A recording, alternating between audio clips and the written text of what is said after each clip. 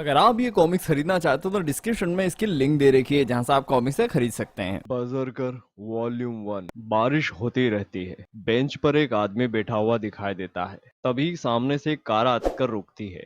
उसमें से एक आदमी आवाज देता है, टाइम हो चला है।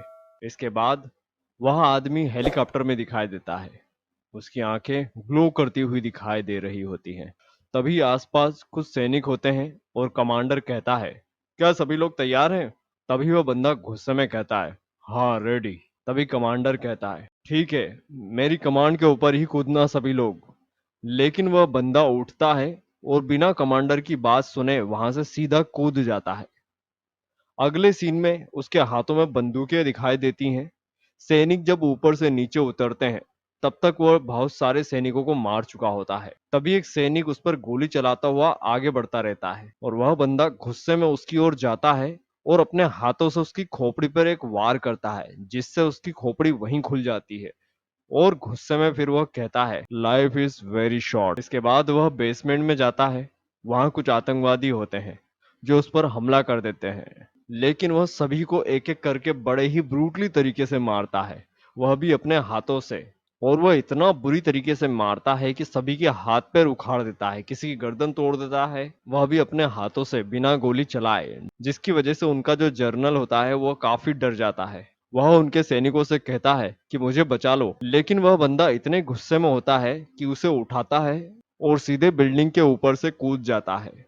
दोनों के दोनों आकर एक गाड़ी पर गिरते हैं, जहां उस बंदे के तो चिथड़े उड़ जाते हैं, लेकिन अपना हीरो बाहर निकलता है खून से सना हुआ लथपथ। तभी एक टैंक आता हुआ दिखाई देता है। वह बंदा उस टैंक की ओर दौड़ लगा देता है और गोलियां चलती रहती हैं उसके शरीर पर वह दौड़ते हुआ रहता है और ऐसा कैसा उस टैंक के ऊपर वह कूद जाता है और सीधे ड्राइवर के ऊपर लैंड करता है, जहां ड्राइवर तो मर जाता है और वह टैंक को चलाने लग जाता है। तभी पीछे से एक सैनिक उस पर बंदूक तान देता है और जैसे ही उसकी बंदूक चलती है वह बंदा हाथ से उस गोली को रोक लेता है और उस सैनिक की ड्रेस में लगा एक बम निकालता है और वहीं रख देता है और वह बम ब्लास्ट हो जाता है, जिसकी वजह से हमारे हीरो का तो हाथ ही उड़ जाता है, लेकिन वह बंदे के चिथड़े उड़ जाते हैं। उसके बाद वह टैंक को और तेज रफ्तार से चलाने लगता है। वहीं दूसरी ओर कमांडर दूरबीन से देखता हुआ उसे रहता है।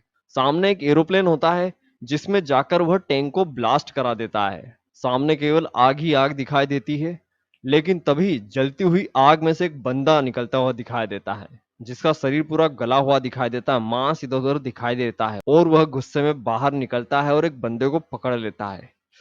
बहुत ही ब्रूटली तरीके से उसके दिल को निकालता है और उसे खा जाता है।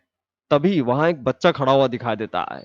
यह देखकर वह बच्चा डर जाता है और अचानक से हमारे हीरो को बैकवर्ड स्टोरी थोड़ी सी याद आती है और फिर अगले सीन में वो बंदा एरोप्लेन में बैठा हुआ दिखाई देता है और सभी साथियों के साथ कमांडर कहता है कि तुमने बच्चे को आखिरकार बचा ही लिया और अब नए प्रोटोकॉल की जरूरत है, क्या तुम मरना चाहते हो?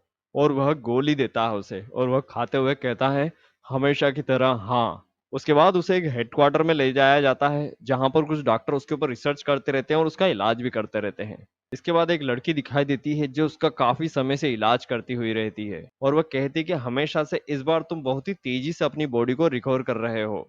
मैं जानती हूँ कि तुम कोई भगवान नहीं हो, ना ही मैं तुमसे डरती हूँ, ना ही मैं तुम्हारी पूजा करती हूँ, ना ही मुझे कुछ तुमसे चाहिए। पर बंदा कहता है, हर किसी को कुछ न कुछ मुझसे चाहिए ही चाहिए होता है, लेकिन मुझे सभी से केवल एक ही चीज चाहिए, वह है मौत।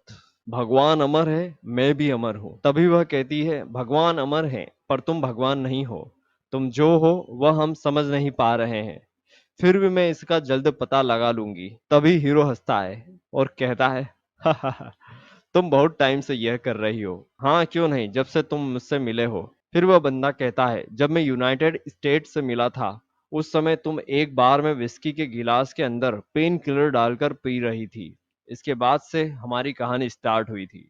इसके बाद वह लड़की कहती है कि तुम्हारे दिमाग में आज कुछ ऐसा हुआ है जिसकी वजह से जो बंद पड़ा हुआ हिस्सा था वो भी खुल चुका है। वह कहता है कि हाँ, वहाँ एक लड़का था जिसे देखकर मुझे कुछ पिछला याद आया। डॉक्टर कहती हैं, हाँ मुझे कुछ नई पाथवेज देखने को मिली है तुम्हारे ब्रेन के अंदर, तो वो एक इंजेक्शन लाती है और उसे लगा देती है और उसे एक गोली भी देती है और आंखें बंद करते ही उसे अपने बचपन की याद आ जाती है जब वह छोटा होता है, दूध पीता हुआ रहता है और दूध पीते हुए ही वो अपनी वो माँ को काट लेता है और वह कहता है, हाँ मुझे याद है जब मैं पैदा हुआ था 80,000 साल पहले। तो ये था वॉल्यूम 1 और वॉल्यूम 2 में पढ़ने को मिलेगा कि बर्जर्कर को पैदा कैसे हुआ, क्या वो गॉड्स है या फिर मॉन्स्टर है, और वो इमोर्टल क्यों है और क्यों वो मौत बार बार मांगता रहता है, और वो इतना क्रूअल कैसे बना। सो ये वॉल्यूम 2 में कवर होगा। सो लाइक शेयर सब्सक्राइब करना ना भूलें बर्जर्कर वर्ल्ड के लिए।